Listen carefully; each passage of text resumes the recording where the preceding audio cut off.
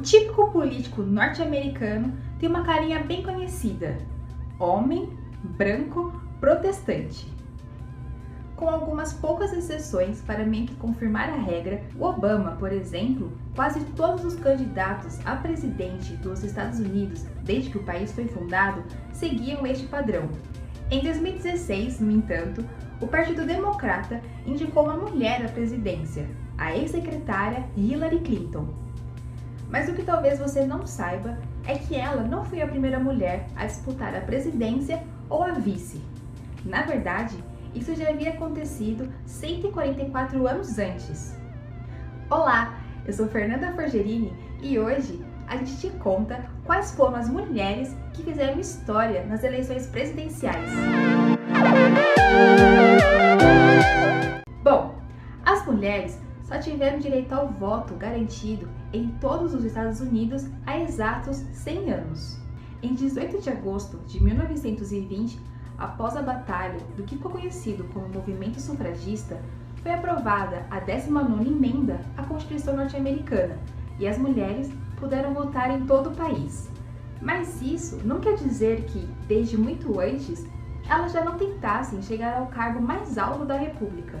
Sim, eu estou falando de 1872, quando a líder sufragista Victoria Woodhull se lançou à presidência pelo recém-formado Partido dos Direitos Iguais. Entre os historiadores, no entanto, a candidatura de Woodhull é avaliada com alguma polêmica. Por mais que a candidatura fosse para valer, ela só tinha 34 anos de idade na época em que anunciou que concorreria. A idade mínima para assumir a presidência era 35, que ela completaria só 6 meses depois da posse. De acordo com os registros oficiais, ela não recebeu nenhum voto. De qualquer forma, Woodhull abriu o caminho. Em 1884, outra líder sufragista, Belva Lockwood, liderou uma chapa 100% feminina, tendo como vice Mariette Stowe. 4 anos depois, Lockwood tentou de novo, mas dessa vez com um homem na vice.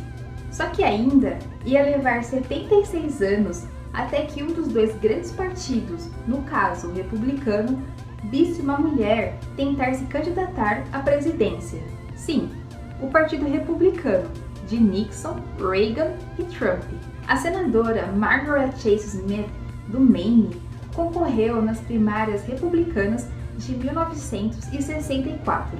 Apesar de aparecer nas urnas em somente 6 estados, fez bonito em um deles, em Illinois, onde fica Chicago. Conseguiu 25% dos votos e ficou em segundo lugar.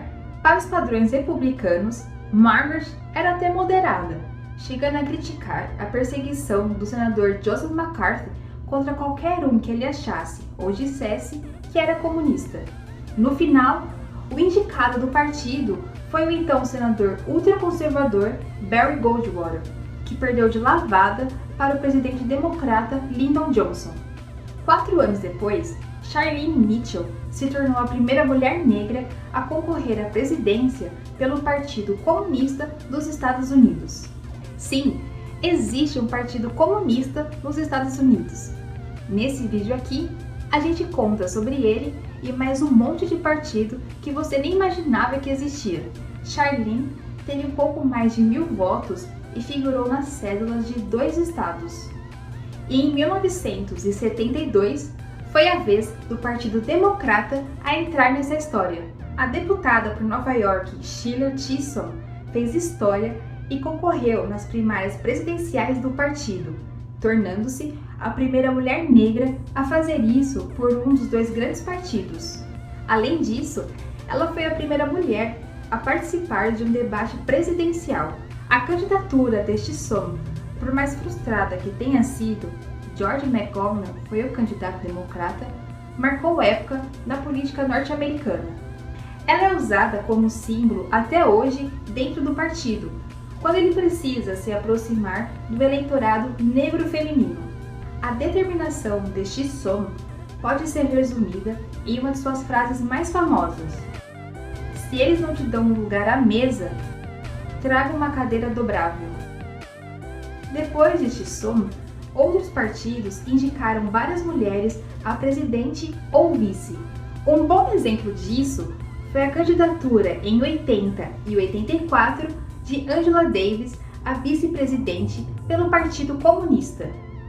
Em 1984, os democratas indicaram a deputada nova-iorquina Geraldine Ferraro como vice na chapa de Walter Mondale. Foi a primeira mulher a concorrer por um dos dois grandes partidos à vice-presidência.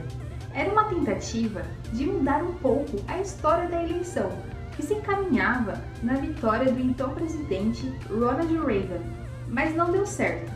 Reagan obteve o maior número de votos eleitorais da história. Foi em 2008 que uma mulher, de quem você já deve ter ouvido falar, entrou para a disputa pela indicação democrata com reais chances de vitória.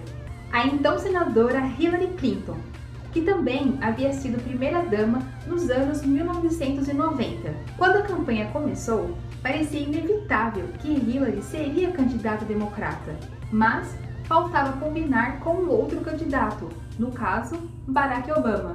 Em 2008, o Partido Democrata tinha então duas candidaturas simbolicamente muito fortes: um homem negro num país de passado escravocrata e uma mulher que pela primeira vez podia ser encarada como a favorita, tanto nas prévias como na eleição em si.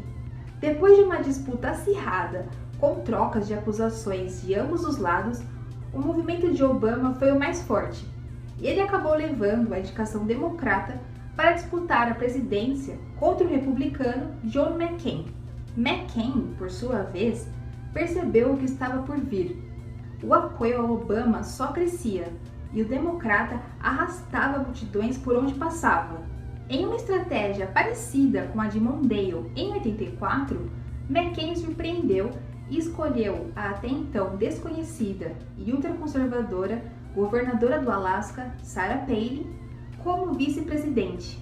A série de gafes cometidas por Palin durante a campanha fez com que ela fosse assunto dos maiores programas de comédia da TV americana.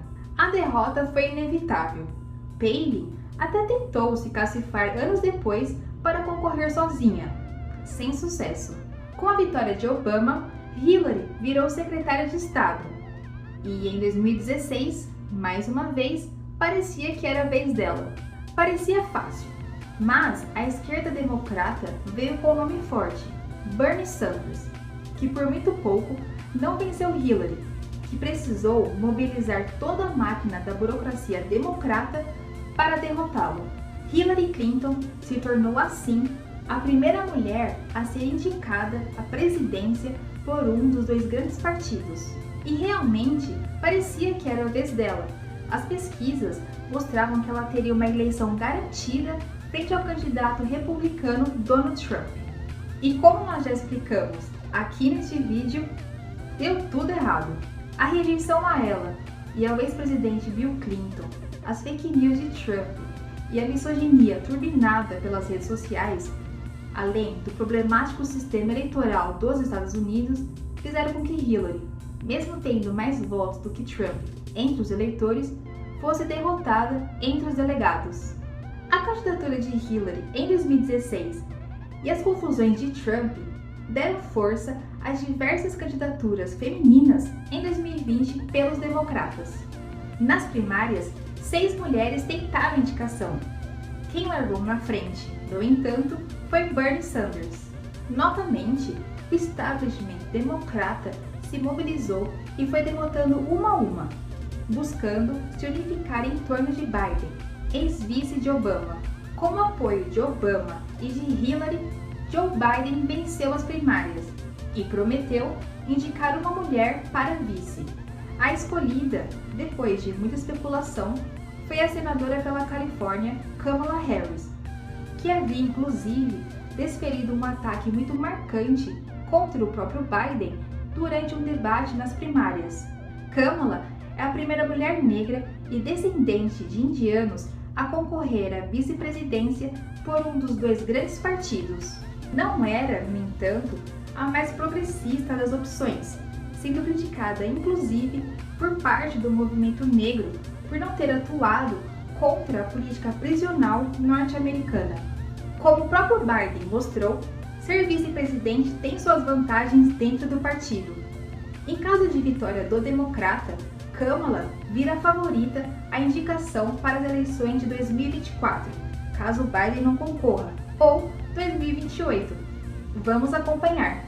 Acompanhe toda a cobertura de Opera Mundi sobre as eleições nos Estados Unidos. Nos vemos semana que vem e até lá!